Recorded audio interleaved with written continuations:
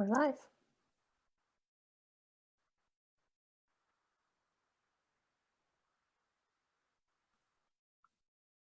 We're good. We're on. Okay, well, welcome everybody to the webinar today on finance campaigning. I'm sure people will trickle in over the next few minutes, but we will just get started. My name is Jeff Conant. I'm the Senior International Forests Campaign Director with Friends of the Earth. And I'll be taking us through the first part of the webinar today. The topic is finance campaigning and how it will help us rein in the climate crisis.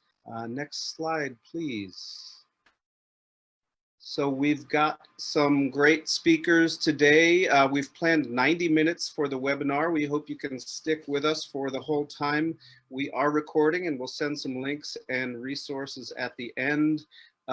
Today you will be hearing from myself, Jeff Conant, from Ruth Breach of Rainforest Action Network, from Roberta Giordano from the Sunrise Project, Pendle Marshall Hallmark from Amazon Watch, and Ilana Sulekshina from Rainforest Action Network. And after we're all done speaking, well, there will be some interactivity, which I'll get into in just a minute, but after the speakers, we will have hopefully at least 15 minutes of Q&A. If I could get the next slide.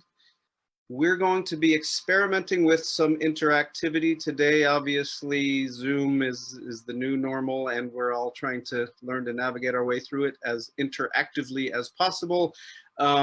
So before we get started, a little housekeeping there. Let's have everyone quickly get familiar with the tools at our disposal. First, there's the chat function.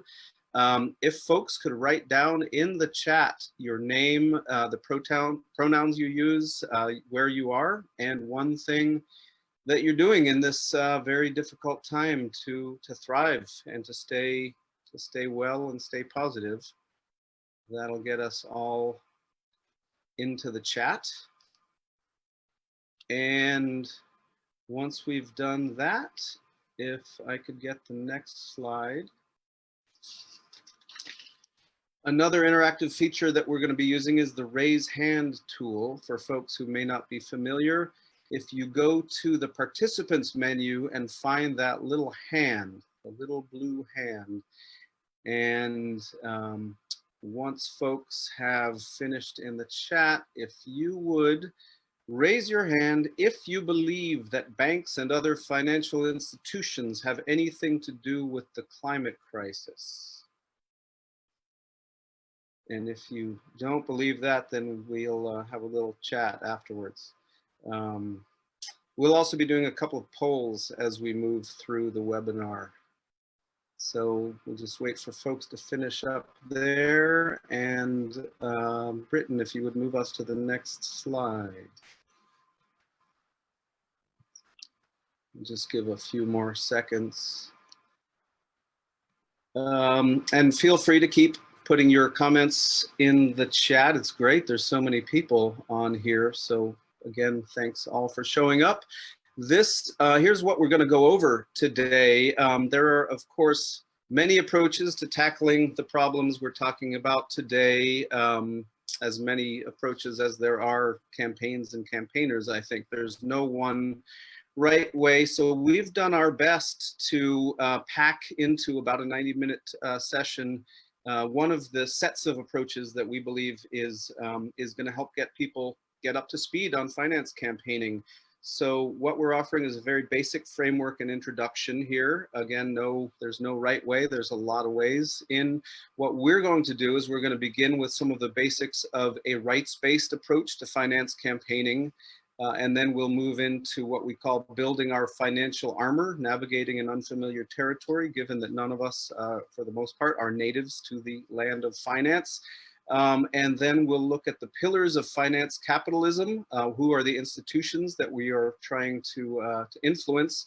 And then we'll go into the campaigns and case studies and how finance campaigning supports frontline fights.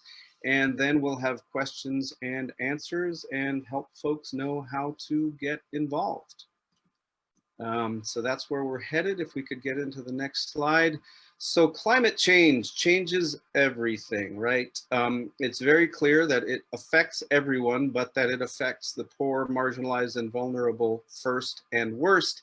And yet the decision makers, from governments and corporations to banks and financiers, are the wealthiest and most powerful people and institutions on the planet. And this is why it is helpful to understand that the impacts of the climate crisis fundamentally violate basic rights that are enshrined in numerous international covenants.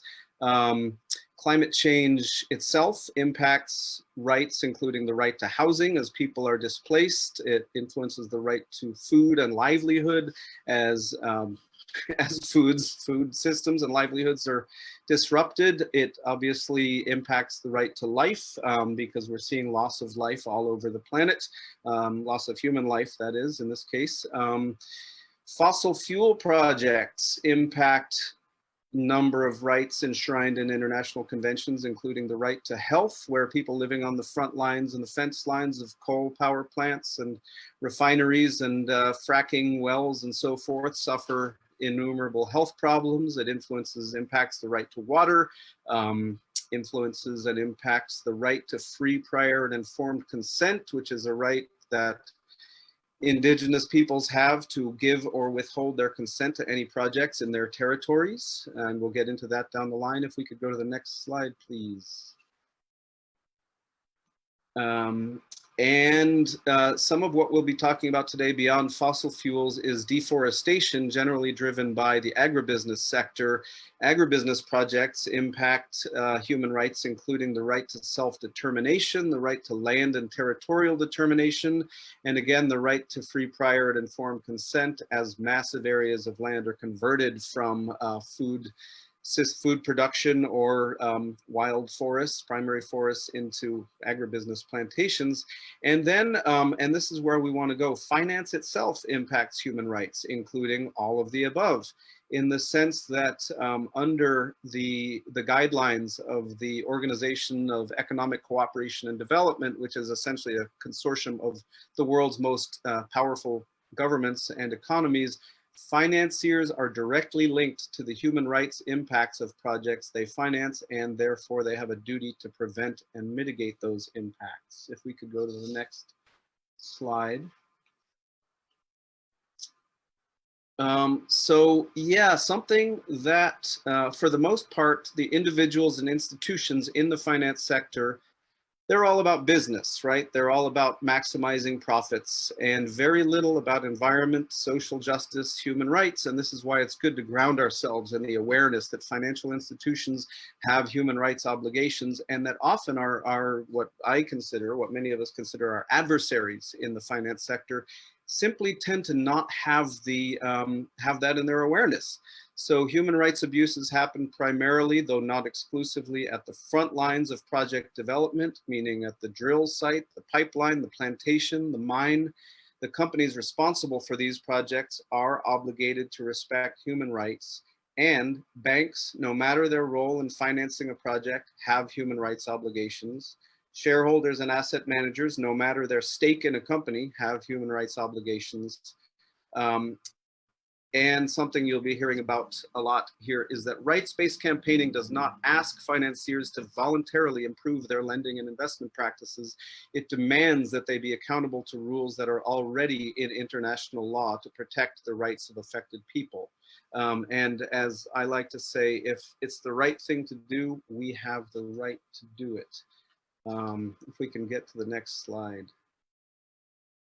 Another important aspect of rights-based finance campaigning is direct accountability to the communities at the front lines of climate fights. If we're fighting to end the financing of the Alberta tar sands, we're doing it under the guidance of the Indigenous peoples whose lands and waters and livelihoods are under threat.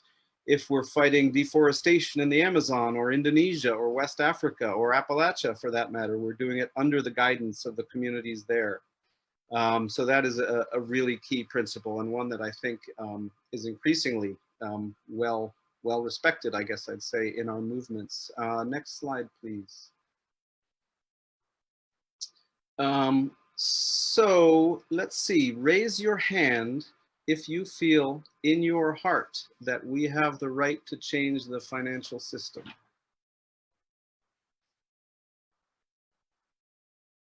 And this gets to a little bit of what we're going to get into in terms of sort of the obscure terrain of finance. The financial sector and individuals within it will tell us, and do tell us consistently, we don't understand, that they're beholden to laws that are beyond our the comprehension of ordinary mortals.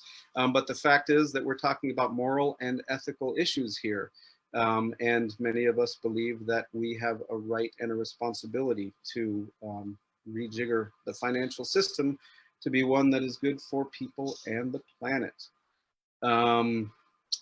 So let's go to the next slide. The biggest challenge of getting involved, or one of the biggest challenges of getting involved in finance campaigning, is how remote finance feels from our daily lives and how complex it feels. And that's where we talk about putting on our financial armor. Next slide, please. For most of us, finance is a foreign language. So this is you. You're pretty awesome. You're actually really awesome. But you may not be an expert in finance. So let's talk about that. Let's go to the next slide. And we're going to have a little poll here. If you should see the poll coming up on your screen. When you picture an investor, what do you see? So if you'd all fill in the poll, and then we're going to have a show of hands after folks have had time to do this.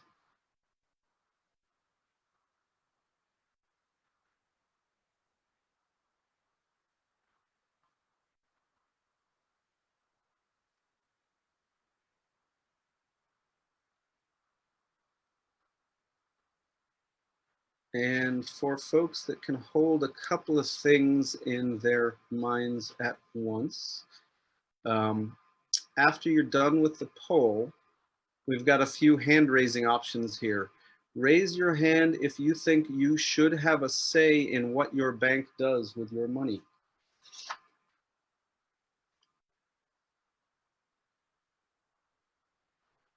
And raise your hand if you know what your bank does with your money.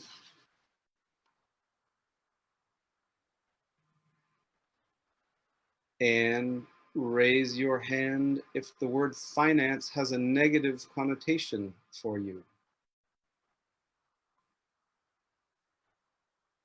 And raise your hand if the word finance has a positive connotation for you. And part of what we're trying to get at here is that our relationships to money and our relationship to finance is complicated and uncomfortable and fundamentally unjust. So having taken that poll, let's see, almost a rich, powerful business person is wins the poll on who we picture when we picture an investor. And some people say it's a mystery. There's no image. So after you've done that, just take a few seconds to reflect on how the image of the investor that you've come up with makes you feel, because that's part of what's, for those of us involved on the day-to-day in finance campaigning, it really is to some degree about bridging a gap, a cultural gap between ordinary people and this very powerful, obscure industry in which we are all enmeshed. And with that, let's go to the next slide. So here's one of the ways to think about it, to bring it back down to earth. Think of all of the people who have given you money, your bosses who've paid you, parents or friends who gave you stuff. There's you in the middle. There's all the people that you're in direct financial relationships with. Next slide, please. Now think of all the people you've given money to. That's another layer of complexity in your financial relationships. Next slide, please. Now remember that all of those people and institutions are giving money to each other. And so, next slide, please. You've got a picture of a complex financial web, and this is true for companies too. Next slide, please. So the point is, if I were pressuring you to stop giving money to your brother because your brother is awful and spends all the money you give him on terrible things, I wouldn't need to know everything about your brother. I wouldn't need to know all the ins and outs of all of his financial relationships. I would just need to know that in my perspective, your brother is doing, is making poor financial decisions and decisions that are harmful to himself and others. That's all I need to know. You will never get a complete picture of the financial relationships of your opponents or your adversaries. What you need to know is that they need to stop giving money to bad projects and bad companies, and then figure out where you get the leverage to do that. So let us move on to the next slide. Finance campaigning is in essence about seeking ways to knock the pillars out from underneath the structures of financial capitalism, or another way of saying that is to gain leverage over the institutions of finance. So in an incredibly ridiculously short time, we'll talk about what are those institutions. First, you have asset owners. Asset owners are the people and institutions with the money. This includes individuals, you and me. It includes local governments, pension funds, universities, businesses, the people and institutions whose money it actually is that we're talking about here. And asset owners entrust their money or their assets to the other three institutions. They put their money in banks who invest the money to earn financial returns or make the money grow. Asset owners also seek money from banks in the form of loans, also called credit financing or debt financing. A couple of examples of banks obviously are JP Morgan Chase, Citibank, Wells Fargo. We're all very familiar. So the banking territory is, I think, pretty familiar, but asset managers, that's where it starts to get mysterious. Asset owners hire asset managers to invest their money to earn financial returns. So if you have a 401k or an IRA, it is managed by an asset manager. These are some of the largest financial institutions in the world, and most of us have little idea what they do. An example we'll get into is, in fact, the largest asset manager on planet Earth, Blackrock, who you've been hearing a lot about recently. That's an example of, a firm that is an asset manager, not a bank. And when an asset manager invests your money, they do it by buying shares in companies, making them part owners of every company in which they hold shares. For every share they own, they get one vote in annual decision making about how the company is run. These votes are called proxy votes, and this process of voting, called corporate governance, is one of the main ways that activists can influence asset managers to change the practices of the companies they own. I spent a minute on that because that's going to be important down the road here. And finally, asset owners hire insurance companies to insure their assets, and in order to have money to pay out insurance claims. And insurance companies also act like asset managers in that they invest the money for financial returns. So that's going to come back when we hear about the campaign on Liberty Mutual. And obviously all of this is much more complex than we can get into in 60 seconds.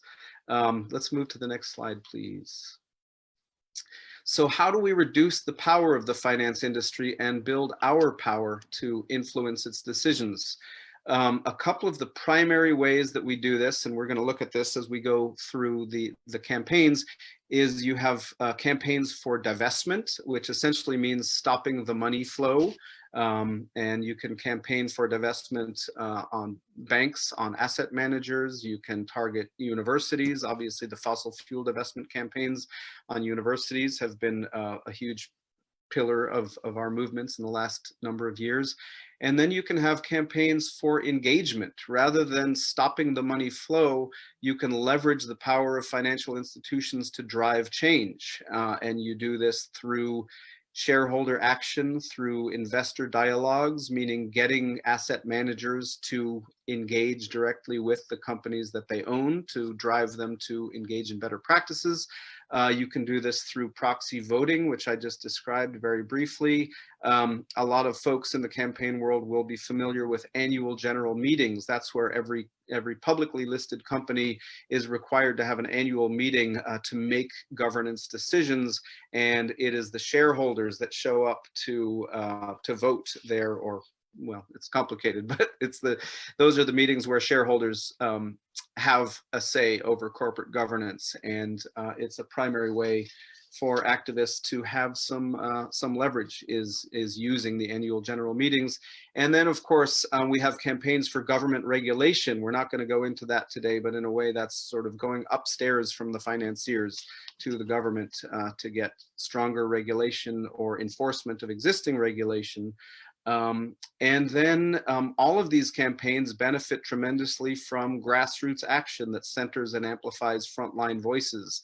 So while we have people potentially, you know, in the boardrooms at AGMs or dialoguing with executives at Blackrock to get them to change their practices, or talking to executives at JP Morgan Chase, we also want to have people out in the street.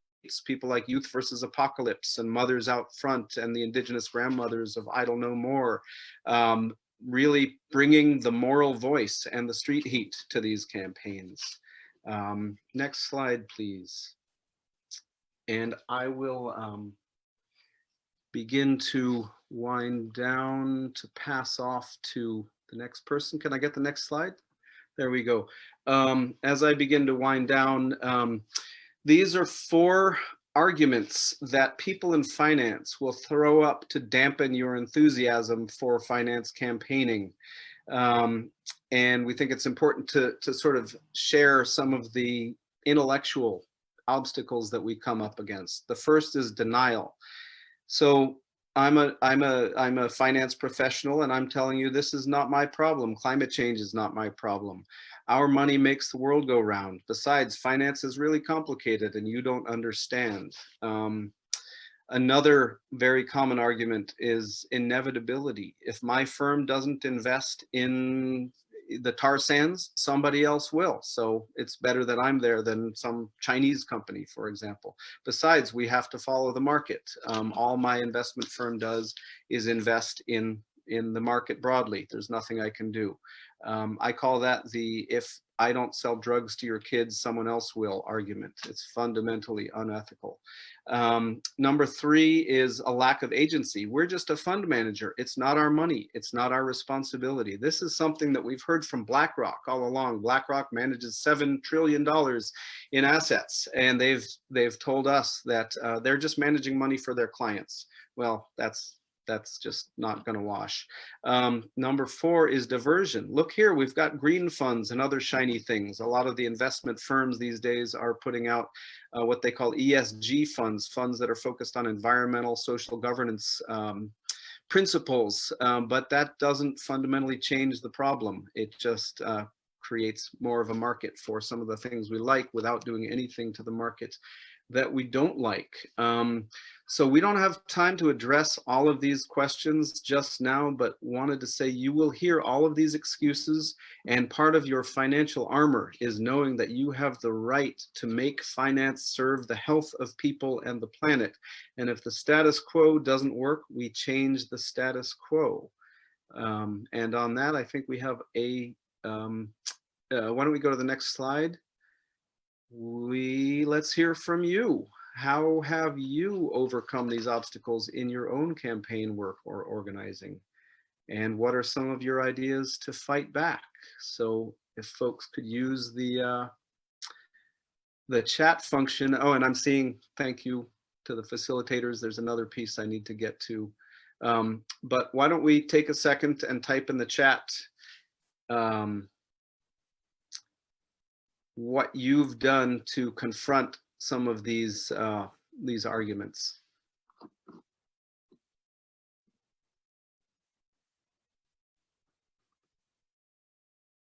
And at the same time, there we go. We're starting to see some action in the chat.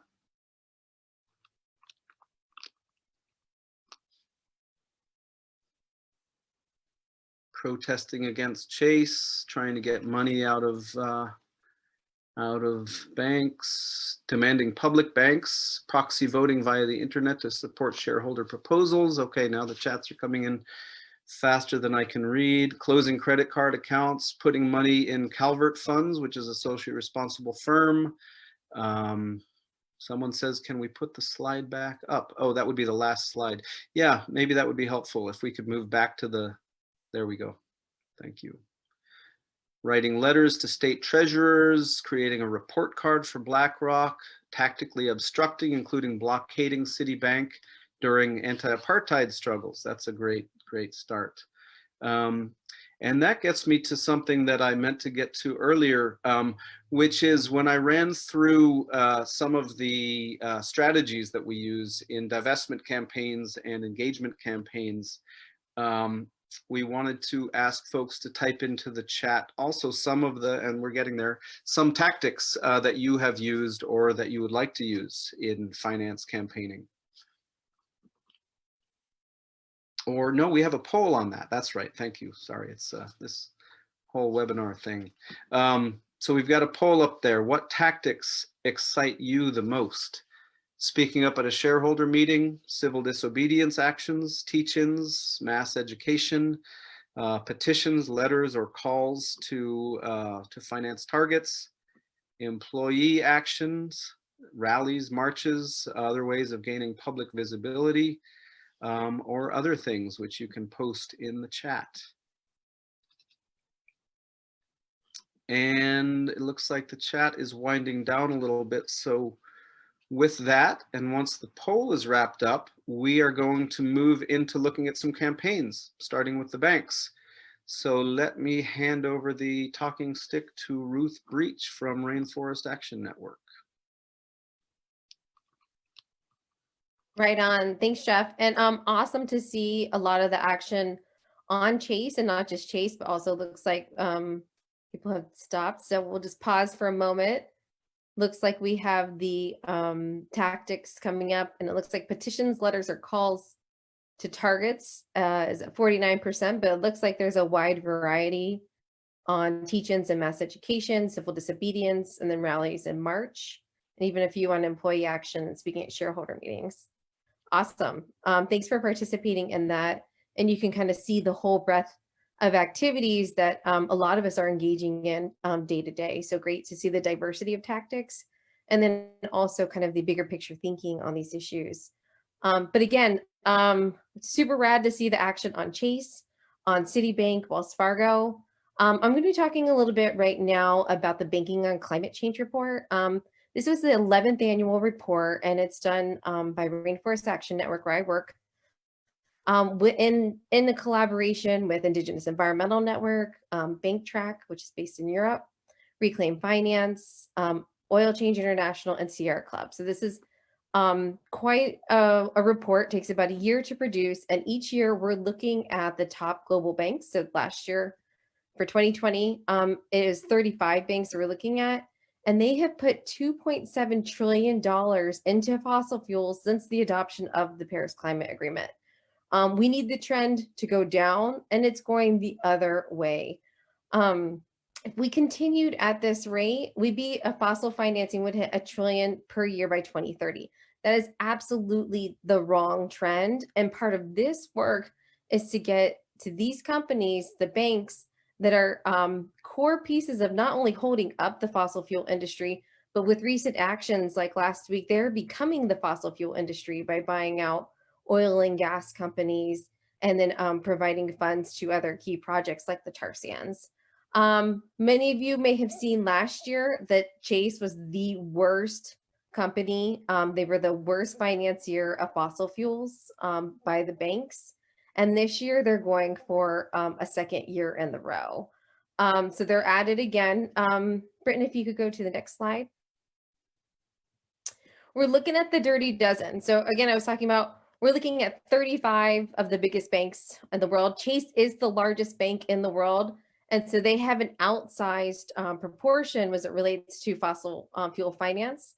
I know some folks have been using, last year was 196 billion. So update your numbers and make sure when you're using your stats and you're engaging on Twitter, social media, with friends and family, you're doing that education. It's actually now 300 billion because we added another year onto that. And then sadly so, but also bring the urgency of this emergency and what's happening is truly a crisis.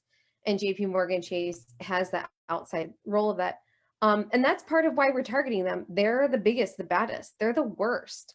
And in that though, they're also the largest. And so if we're able, and when we're able to make change happen at Chase, we can see a ripple effect in all of the banks internationally. And ideally, we'd start to see like a transformation of the finance sector. And as you'll see later, and what Jeff showed earlier, is it's all interconnected. So Chase is connected to Blackrock. We're connected to Liberty Mutual, to the insurance companies, to the asset owners, asset managers. It's all very much interrelated. So if we can make a ripple impact at Chase, we'll see that go out into the broader community. We also, for those of us that are based in the US, need to note here, top 4 banks on here are US banks. So Wall Street has a huge amount of culpability as it relates to fossil fuels. And that means really, really targeting them as a pack. So Chase as an individual bank, but then moving Wall Street as an entity. Next slide. So this is one of the big things. These are not our values. We're not okay with Indigenous rights abuses. We are not for the climate crisis. And it's time to shift the banks. This is our money, and we can show them and let them know and demand that they do not participate in the system.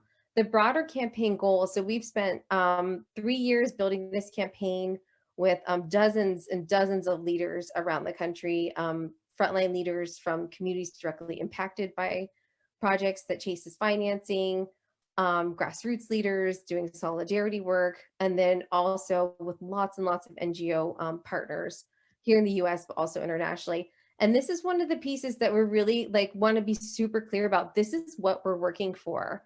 Our demands for the bank is they have to stop. They cannot fund any further expansion. So that means no more pipelines. That means no more liquefied natural gas. That means no more fracking wells. We have to immediately stop what is happening right now, and we have to start keeping fossil fuels in the ground. That has to be one of the first actions that they take. Once they've stopped expanding, then they can phase out fossil financing. One of the biggest pieces that we've been talking about is this, the 1.5 degrees trajectory. That's what we want for a livable climate. And we have to get there urgently. So they have to phase out the fossil fuel financing. And then, as Jeff brought up earlier, is the respect around human rights. What we're seeing in many, many of these projects, specifically the tar sands, is that not only the climate impacts, but we're seeing Indigenous rights and human rights abuses as it relates to the consent of the projects, and then also the impacts of the community, whether that is air, water, or land pollution. And that has to stop. We're talking about respecting the rights of people, respecting the rights of the land, and respecting the rights of the planet. And all of these things need to work in tandem. Next slide, please. Great. So I just wanted to bring up a couple examples of where Chase is active. I mentioned the tar sands pipelines. So that's Enbridge's Line 3, the TC Energy's KXL pipeline. Chase has a very intimate and cozy relationship with TC Energy, which is formerly TransCanada. TC Energy is also the project, as well as with KKR and AIMCO, on the Coastal Gas Link. Many of you may have seen the just incredible work that's been happening for not only the last 2 years, because that's been highlighted, but for over a dozen years on Wet'suwet'en land rights that's been happening. So this is British Columbia First Nation, and they have not consented to Coastal GasLink project being on their land, and the project is literally being forced on them. Many people have seen the pictures from the Royal Canadian Mounted Police invading the land with machine guns, and most recently, many of the matriarchs were arrested for literally just being on their own ancestral lands. And this is a project that JP Morgan Chase is financing. They have a policy on their paper and in their inside their notebooks that says they respect the rights of Indigenous people. They respect the United Nations declarations on the rights of Indigenous people, and specifically talk about respecting the free, prior, and informed consent. So part of our work is to highlight and expose the inconsistencies of their paper policies and their actual practices. We want them to align their portfolios, align their projects with the 1.5 degrees, and then with also respect for human rights.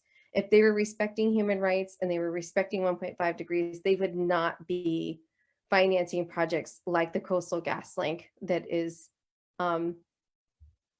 just ramrodding a pipeline in a community that has specifically said they don't want it. But it's not a unique situation. Like in British Columbia, it's happening all over the US, it's happening all over Central America. And because JP Morgan Chase is so outsized, they're financing these projects. And we hope to be there to expose them and put pressure on them to drop these projects. Next slide. And we do that by a lot of the things that Jeff was just talking about. That diversity of tactics is critical. This campaign has been building again for several years, and we have had some incredibly creative tactics. Here you see some leaders in New York City, Dallas, Texas, Seattle, San Francisco. People all over the country have taken action on Chase, and action can mean different things to different people. We've had people deliver letters to branch managers. We've had people do sit-ins at branches. We've had people call the CEO. There's a group of us that have actually been following the CEO around and have met with him, almost a dozen times, and he doesn't like it. So every time there's been an action taken, that is another kind of starting that ripple effect inside the bank. They know that we're here. They're watching us. They're paying attention. We do engage with them and get an idea of kind of what they're thinking. We have seen some early movement from them, specifically on Arctic oil. They had a policy out earlier this year, and that's a great move, and that shows really direct impacts for the Gwich'in people in the Arctic. But the reality is that it's just not going to meet the scale of the emergency. So we continue to ramp up our pressure on Chase and to hold them accountable for the projects that they're financing and the work that they're doing. And we will continue to do that until they meet that demand of hitting 1.5 degrees and respecting human rights. So with that, again, I just wanted to thank everybody who's taken action on Chase. Thanks, Drew, for posting in the Coastal Gas Link. There's an active petition out right now on KKR, one of the other entities that is part of the project. And that's posted in the link there, and you can take that action. But really just want to thank everybody who's taken action, and also those who are yet to have an opportunity to, because at some point we're going to be offline and we'll be back out on the streets, but there's awesome opportunities online right now too. So I'm going to pass the mic over to Roberta to talk about the Blackrock campaign. Yes, thank you, Ruth, for that great presentation. So I guess before we dive into, asset managers and really what are asset manager and who is Blackrock, I kind of wanted to get a sense from the people here on the call today. I wanted to find out who in the call today is already familiar with Blackrock as an institution. So will you please raise your hand if you have heard of Blackrock before this call? I'm gonna give it a few minutes, a few seconds. Wow. All right, awesome. It looks like pretty much half the people on this call have heard of Blackrock before. That is so great. All right, so let's go, let's just talk about, let's give a brief introduction of asset managers for those who are not too familiar with Blackrock. So next slide, please. So just to reiterate a couple of things that Jeff already mentioned in the introduction. So yeah, Blackrock is an asset manager. So the question is, what's an asset manager? And so an asset manager is a financial institution that manages investments on behalf of others. And so they make really, really important decisions that help ultimately the client's portfolio grow. And asset managers, they primarily invest other people's money through index funds, like, for example, exchange traded funds, meaning most of the time they do not pick and choose individual stocks, but rather they put their clients' money into special mutual funds, like pool of money that kind of track the ups and downs of the market as a whole. And so, because of this business model, BlackRock has become, over the years, it is now the world's largest asset manager. As of January 31st, BlackRock had about 7 trillion assets under management, which is huge. And like I mentioned, because of the nature of its business model and the size of its portfolio, BlackRock is literally involved in pretty much every major corporation across the planet. Like, it's invested in every major corporation across the planet, including destructive companies like fossil fuels, and also other companies that are driving deforestation across the globe. And so, that really makes, BlackRock one of the largest investors in coal, oil, and gas companies and deforestation. And also, this makes BlackRock a major shareholder in many companies. And what does that mean? It means that, BlackRock exercises huge influence over the companies it's invested in. And so I think Jeff mentioned the beginning, what is a shareholder? So just to reiterate that definition, shareholder is a person or company and institutions that owns at least one share of company stock, which is known as equity. And, shareholders are essentially owners, in a company. And so, this makes BlackRock this financial giant with so much power and wealth and influence. And, because of its sheer size, it really sets an example for others. And so it's interesting because its CEO, Larry Fink, whom I'm sure many of you know, is a longtime Democrat. And, he's famous because he keeps saying that companies should have a social purpose. Next slide, please. And so what is BlackRock's Big Problem campaign? So the BlackRock Big Problem is a global network of NGOs and social movements that are pressuring BlackRock to align its practices with a climate-safe world. So major partners include Amazon Watch, Sunrise Project, Friends of the Earth, just to mention a few, and we're part of the Stop the Money pipeline. Next slide, please. And what are the campaign's demands of BlackRock? Very simple, like to divest from all fossils, to stop funding companies that are driving deforestation, and to support pro-climate resolutions of the companies that invest in. Next slide, please. And so this is really the kick to this. Once again, I'm sure that most of you have heard of this announcement that BlackRock CEO came out with in January. So yeah, in January, Larry Fink, BlackRock CEO, announced a set of policies intended to put climate change and sustainability at the center of the company's business model. And I just wanted to note that, this move really came as a response after the company leadership just felt so much pressure from grassroots groups across the globe. So this was definitely a victory for the movement. And, while we believe that this announcement is a step in the right direction, we don't actually think that the policies that were introduced in such announcement are enough to meet the scale and urgency of the climate emergency.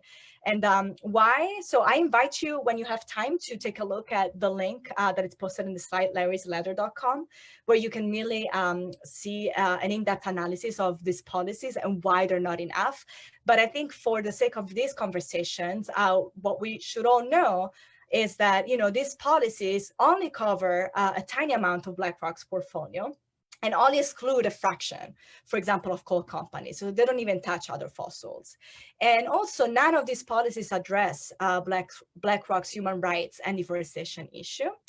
And so now I would like to pass it on to my colleague Pendle with Amazon Watch, who's going to discuss the role of financial institutions like BlackRock in driving deforestation across the globe. Take it away, Pendle. All right, thanks, Roberta. So as Roberta had mentioned, BlackRock has its hand in multiple contributors to climate change, including deforestation. So I'm going to talk a little bit about that. It's essentially the clearing of forests. And deforestation is the second largest driver of climate change. It accounts for nearly 25% of global greenhouse gas emissions. So it's second only to fossil fuel emissions as a driver of climate change.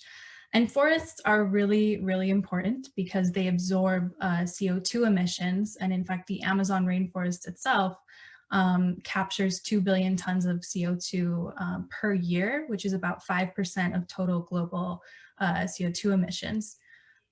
So it's important to point out, and I'm going to talk a little bit about how deforestation is linked to obviously not only climate change, but also assaults and attacks of indigenous peoples, biodiversity loss, land degradation, and land grabbing.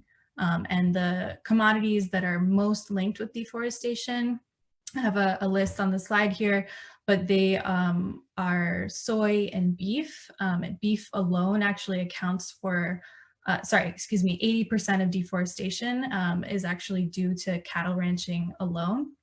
And we mentioned Blackrock earlier, right? But it is among the top 3 shareholders in 25 of the world's largest deforestation risk commodities. And it's actually only increased its investments in deforestation risk commodities by more than $500 million since 2014.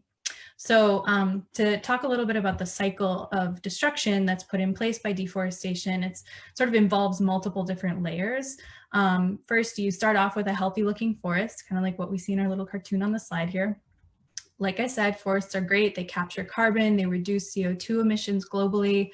And then they're logged for timber. And one study out of Brazil in 2018 actually showed that about 85% of rainforest cleared in one state in Brazil was actually the result of illegal logging. So it's not a very well policed practice.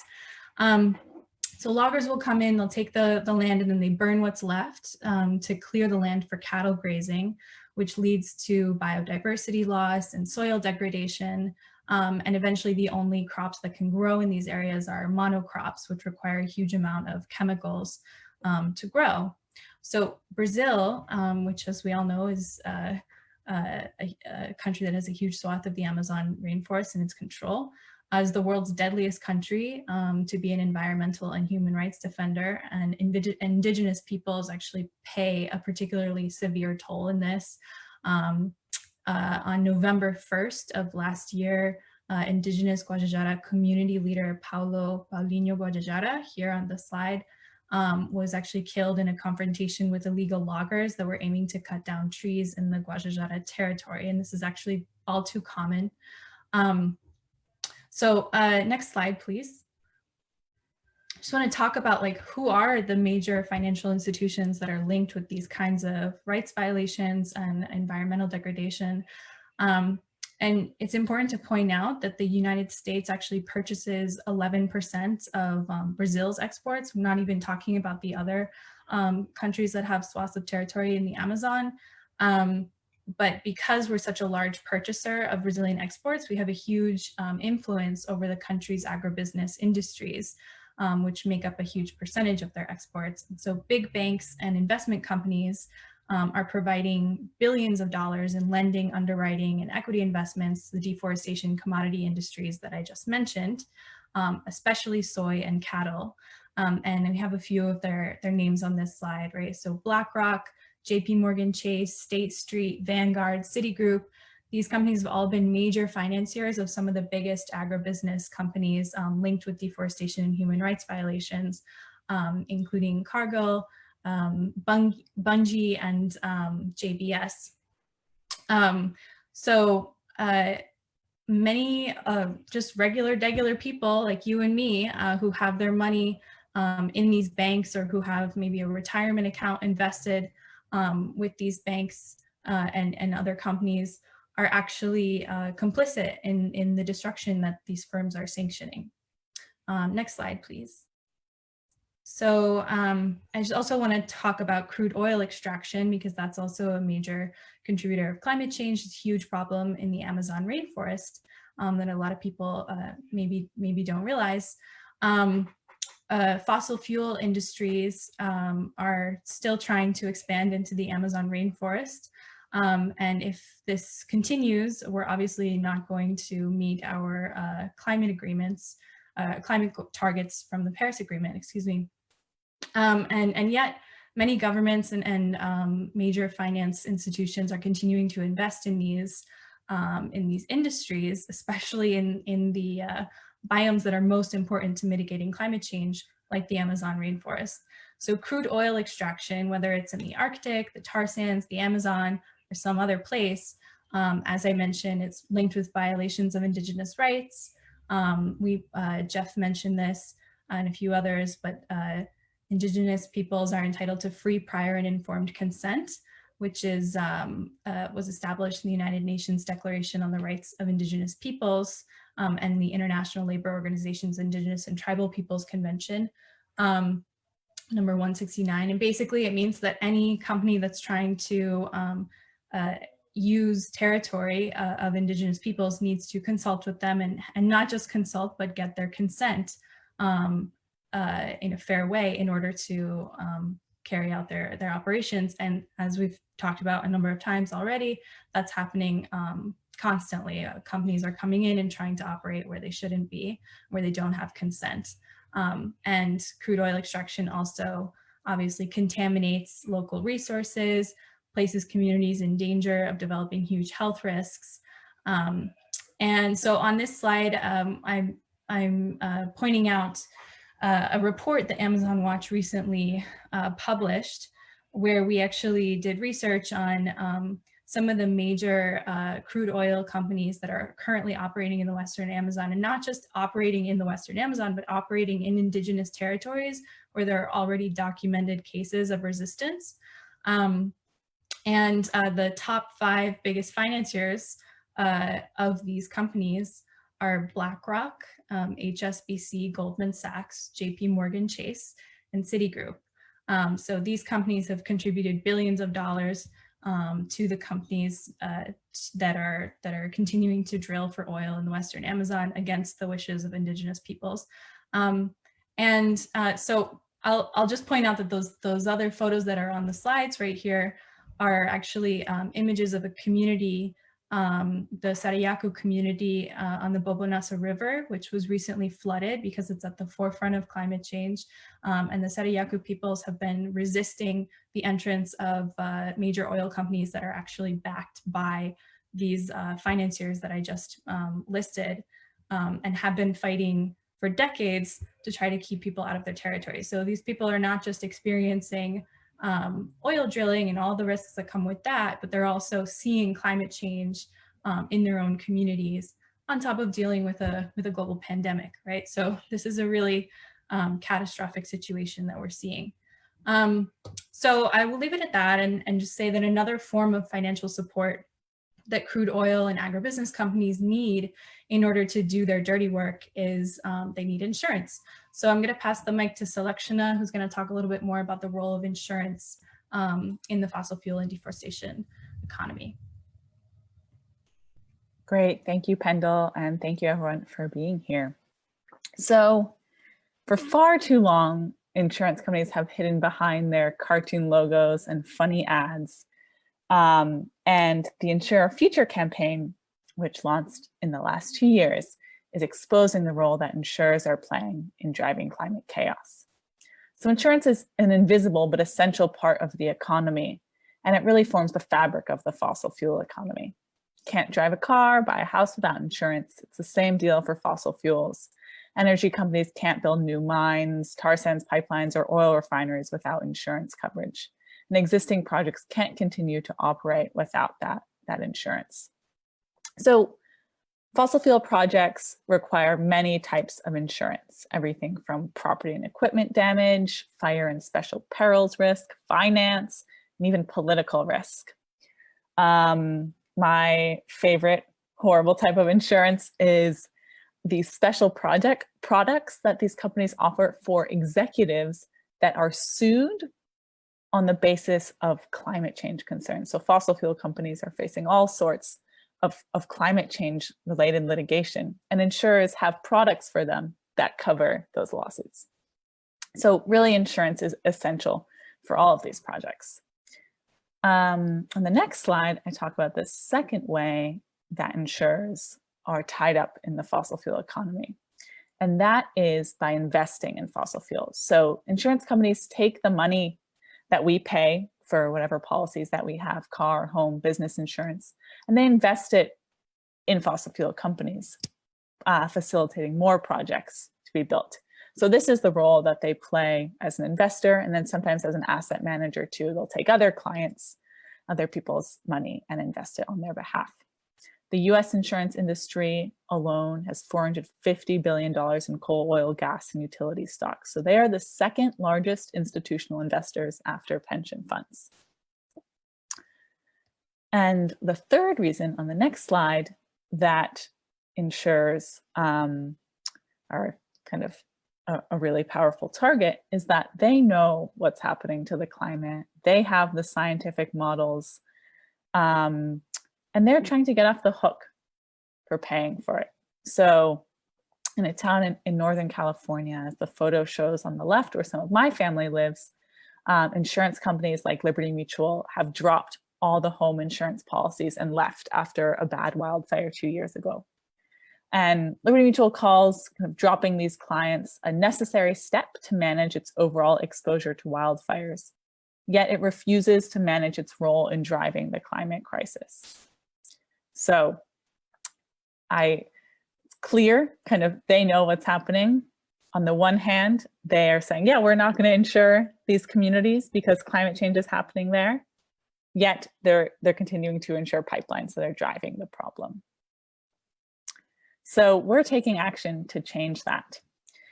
Insure Our Future is a campaign made up of a whole bunch of organizations across the US, and we're part of a global network called Unfriend Coal. The campaign started on coal, but we are expanding to oil and gas because we know that we need to keep all fossil fuels in the ground. So we're calling on insurance companies to stop insuring fossil fuel expansion, phase out all fossil fuel business in line with 1.5 degrees, and respect human rights. A key target here in the US is insurance giant Liberty Mutual, as you can see on this slide. In October, Rainforest Action Network launched a campaign calling on Liberty Mutual to stop insuring fossil fuels. We've held actions at their headquarters in Boston. I know some of you in the audience are in this photo here. We've skewered them in the media. Current Liberty Mutual employees have spoken up within the company, and prospective employees, insurance students, and young people have come together and said they don't want to work for a company that is complicit in the climate crisis. And it's clear that Liberty Mutual is listening to us. Just 2 months later, after the official campaign launch last fall, Liberty Mutual adopted a policy restricting coal insurance, becoming the 18th global insurer and 3rd US-based company to do so. But we're just getting started. The policy has major loopholes when it comes to new coal projects, and it doesn't touch tar sands or any oil and gas at all.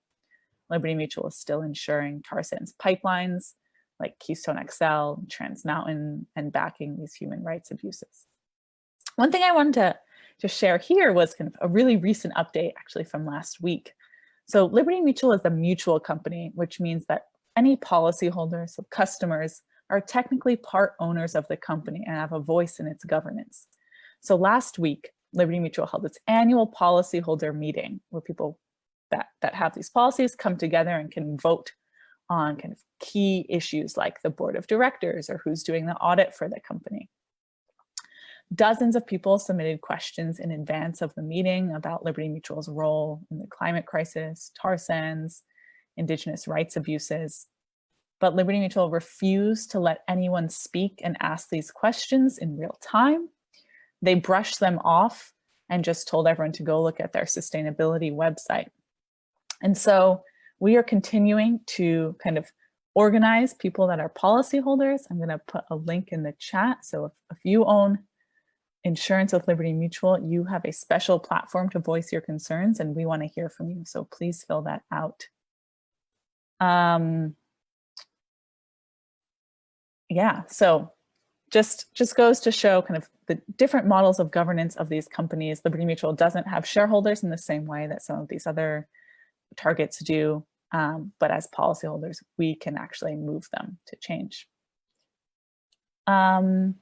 So on the next slide, I want to share quickly a little bit more about how insurance works for these fossil fuel projects through the case study of Trans Mountain.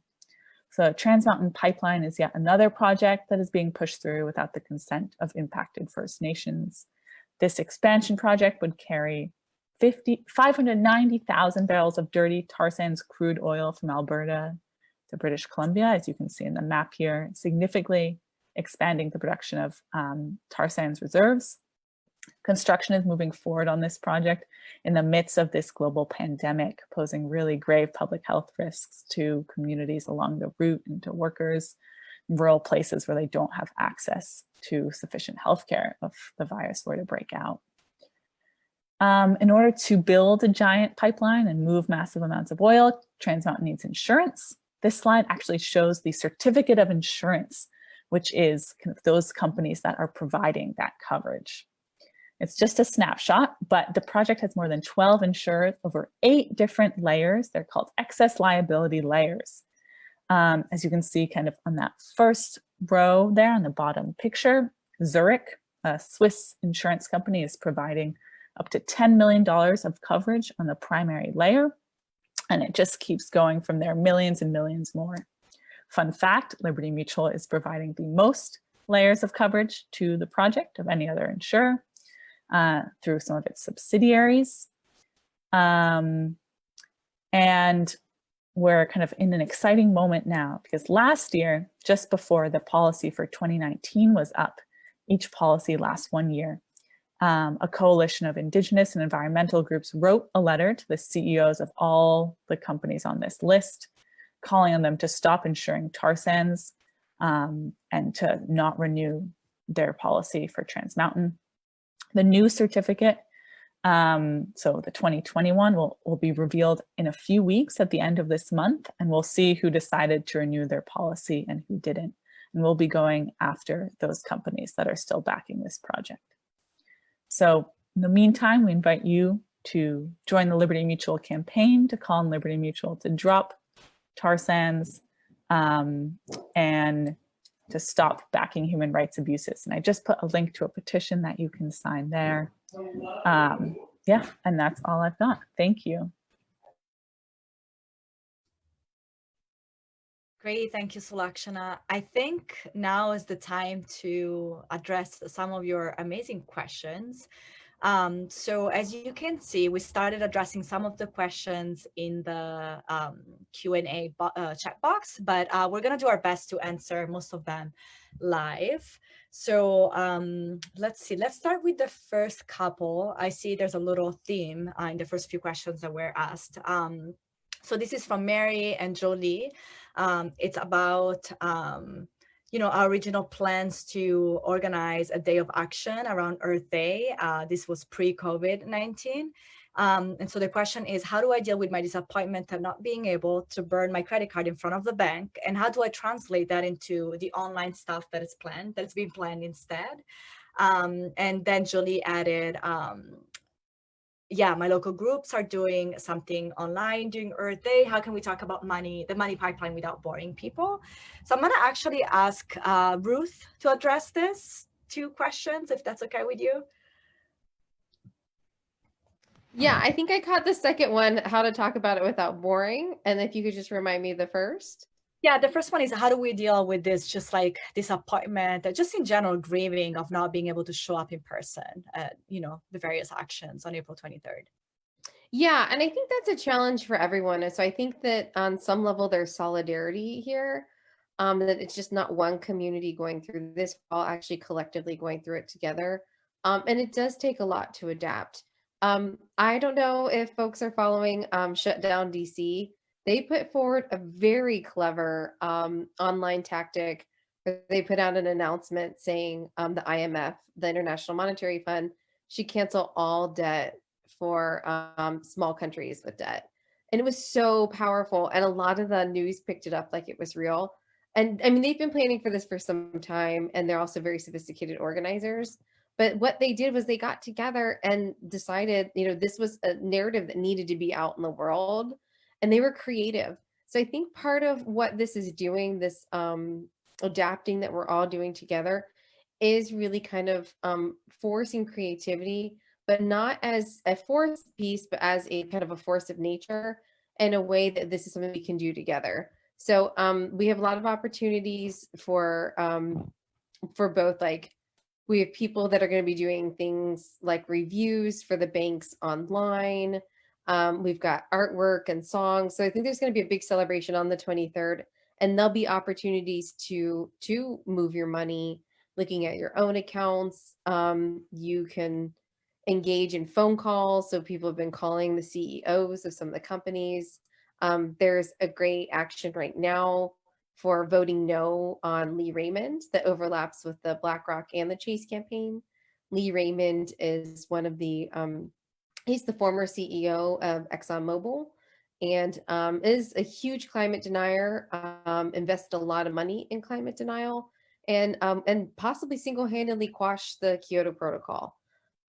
He is the lead independent director at JP Morgan Chase and has been on the board of directors for 33 years, and we're working to get him off the board. So there's a great effort right now, and thanks to see Sarah put that in the chat, and that is vote Lee Raymond off the board. So there's ways that people can engage in the campaigns right now that would actually have a big impact on the companies. And then the other thing is check on your people, not only kind of the extended relatives, but your organizing. Some of my best organizing that I did when we shut down an elementary school here in Ohio that was near a plastics plant was by the phone. We had a phone tree, and we called each other every Monday night, and we checked in and made plans. We're hopefully not going to be in this situation forever. And when we are ready to come back offline, we'll be organized and have some plans. So I just think really focus on staying safe, engage when you can right now, and then prepare for this time when it is time to be out on the streets. And then I think the boring piece, finance can get really boring really fast. And I think Jeff hit on it earlier. You don't have to know all the ins and outs. You don't. What you need to know is, one, keeping your moral compass and keeping that strong and true, and knowing that these projects are wrong. If you want to have a couple stats about how much money the company is putting in and which projects are fighting, it's important to know more about the communities that are impacted and how they're being affected. So I would say just own 2 to 3 stats. That's it. You don't have to understand the full complexity of how the financial system works, how the Federal Reserve relates to them. Like that is not even necessary. What is really important is to focus on is their impact on climate change and their impact on the local communities. And if we focus on those impacts and stopping those impacts, then that stuff is actually very sexy because it's really, really important. And that's the things that we want to be talking about.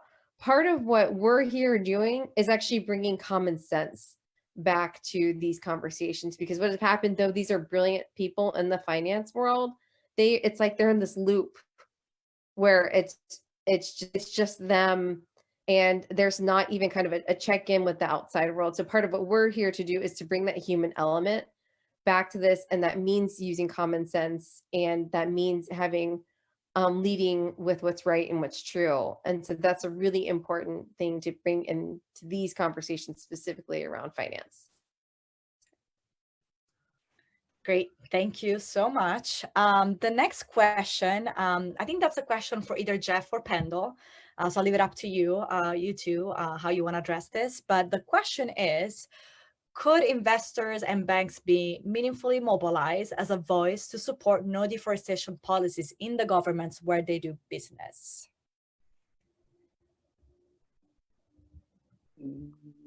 Pendle, you want to take it, or shall I? Happy to. If you want to start, that's fine. Yeah, let's see. It's a big question with a lot of different answers, but in the EU, there's actually EU level activity to halt imports of deforestation related commodities in the EU Commission. And I can't get into the details, but a very interesting piece of that is that the EU is planning to hold financiers accountable for their role in financing deforestation related commodities, and make it much more difficult for EU based banks and investors to put money into deforestation at the policy level. In the US, there are a number of regulatory approaches that are now being looked at. One is there's actually a bill that we hope will be introduced into the Senate, federal Senate in a couple of months to ban imports of commodities known to be tied to illegal deforestation. And then in California, we at Friends of the Earth have been leading on a bill to ensure that the state of California cannot buy goods that are tied to deforestation.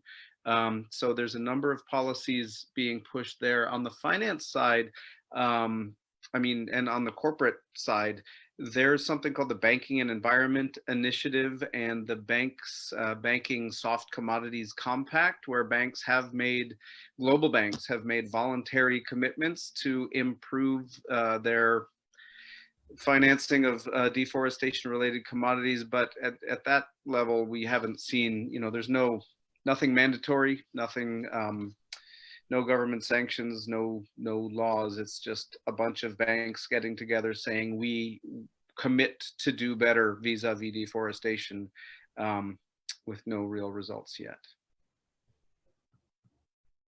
Kendall, don't know if you want to add anything, but no, I think that was pretty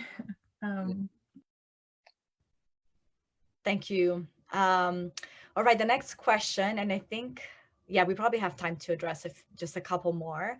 How can we see if a bank or asset manager is funding a specific project? So not just the corporation generally, but a project. So I'm actually gonna ask Sulakshana to address this because she's been doing some research on how to do this. So yeah, take it away, Sulakshana. Yeah. So unfortunately, this is quite hard because it is not transparent information. Especially on the insurance side, it's very hard to find out who's insuring what because it's considered trade secret information. On the bank side, RAN is really proud to share that along with the Banking on Climate Change report this year, we have a new database that can show you at the company level what banks are funding companies. So I'll put the link in the chat. However, when it gets down to the project level, there is no kind of public-facing comprehensive database for that. And there are kind of piecemeal bits and pieces of information here and there, and RAN kind of puts out blogs and other resources to share some of it, as do other organizations. On the asset management side, generally, those asset managers are investing in companies, but sometimes projects can form their own companies that asset managers can invest in as well. But there's also not a whole lot of transparency on the asset management side, especially when you're getting down to kind of those passive index funds that Roberta was talking about. So this is a really good question, one I'm super interested in. So we're actually at Stop the Money Pipeline putting together a toolkit to help try and answer the question, how do I find out financial information about who's behind this project I'm fighting? And we are in the works planning a next webinar, which will kind of guide people through this toolkit. So we don't have a date yet, but if you're interested in kind of really drilling down into the project level and finding out more information about projects that you're fighting, stay tuned for that.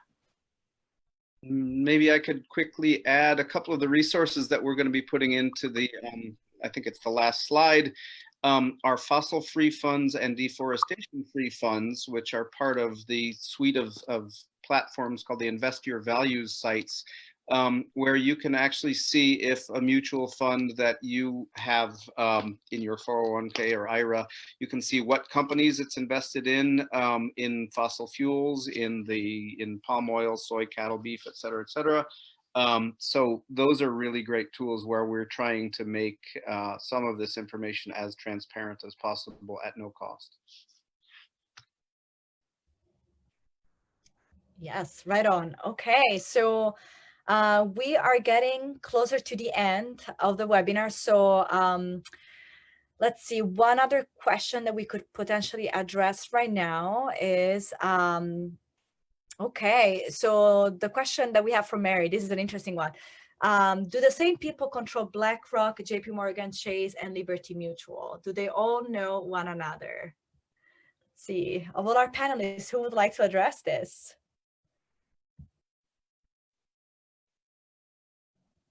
I'll get us started. there's little doubt that they all know each other at the individual level, because they probably all end up in the same meetings with the Senate together, not to mention their golf dates and so forth. But when we started looking into, when we started building the Blackrock campaign, one of the questions was, well, who are the shareholders of Blackrock? And maybe we can mobilize them.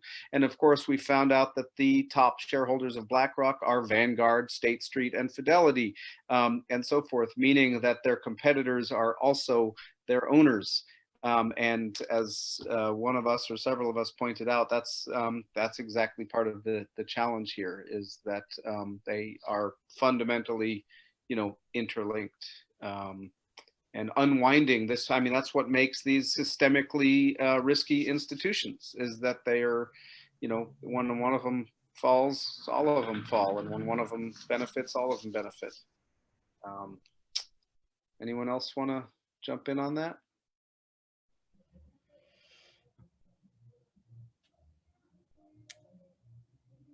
I think that was great. Yeah, just to be mindful of everyone's time. I'm afraid we're not going to be able to answer the rest of the questions, but please don't worry. Once we send out the PowerPoints with the notes and the recording, we're also going to include contact information for each panelist, so you can reach out anytime and engage in much deeper conversations around this. Also, we're really hoping to host future webinars with more in-depth tradings around the financial industry. So just to conclude, I think this was also part of the question, like what's happening on April 23rd, what's happening on Earth Day.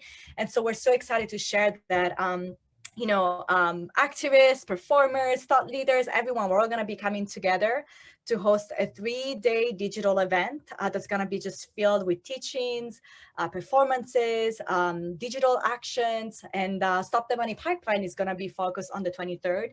And so we're going to be using this day to continue to talk about the role that money plays in driving the climate crisis. And so I know that we are all so saddened by the fact that we can't take the streets that day. However, we're still going to mobilize online because we need to end.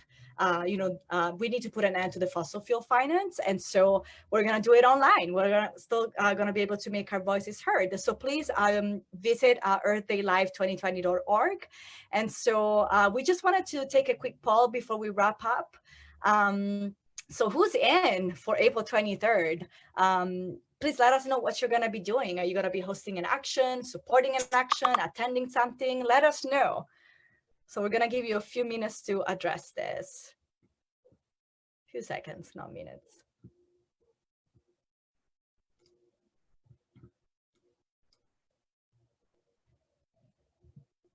All right, I think we can close the poll just to see how people are going to be engaging on April 23rd. All right. So I'm hosting an action, supporting an action, attending a digital action. It seems like there's it's like 50-50, right? Like there's half of the crowd who's already involved, and 50% of the crowd still needs to learn more. So yes, please, I invite you to check out the website that is listed here on this slide, earthdaylive2020.org, to find out more information. And then once again, please do not hesitate to reach out to any of the panelists to plug you in. And if you need support in hosting your own local actions, you can reach out to the Stop the Money via the Stop the Money Pipeline website to the folks that are coordinating, and they will be more than happy to provide you with all the resources that you need to put on your action. So I think that concludes our webinar for today. This is a slide with additional resources for you all to learn more about each campaigns and financial institution. And then next slide, please.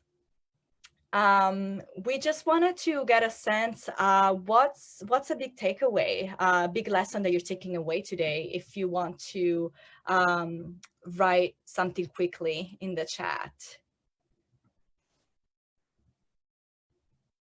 We're gonna give it a few seconds. Liberty Mutual sucks. Yes, indeed. I need to do more. Yes, right on. There's more action and impact we can take than I realized. That's right. Finance campaigning is fun and easy. Oh, well, that's from Jeff. all the money pipelines are interconnected. Right on. Okay, great. Well, thank you everyone for chiming in. Also for your long attention. I know this is not the easiest topic, but like we said, we don't need to know it all. We just need to know a little bit of it. So I'm actually gonna invite Ruth to conclude the webinar with a little chant. All right, folks. If everyone can get off mute. So small children and dogs may be scared in just a moment. So prepare your families. But let's do this together. We're gonna say stop the money pipeline on 3. Okay. So 1, 2, 3. Stop the money pipeline. 2 more times. Stop the money pipeline. Stop the money pipeline. If we stop the flow of oil, we can stop the flow of money. We're gonna stop the money pipeline. Awesome. Thanks, everyone. Thank you, everyone. Take care. Bye. Bye.